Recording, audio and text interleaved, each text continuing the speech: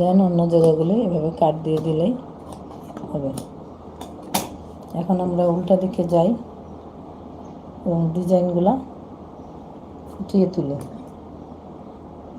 খুব সাবধানে করতে হয়। আমি কেচির মাথা দিয়ে করি, আপনারা অন্য কিছু দিয়ে করলেও করতে পারেন, কিন্তু খুবই সাবধানে করতে হবে যেন গলাটা কাপড়টা কেটে না যায়। খুব ছোট্ট একটি ডিজাইন, কিন্তু খুবই স্মার্ট এবং দেখতেও সুন্দর।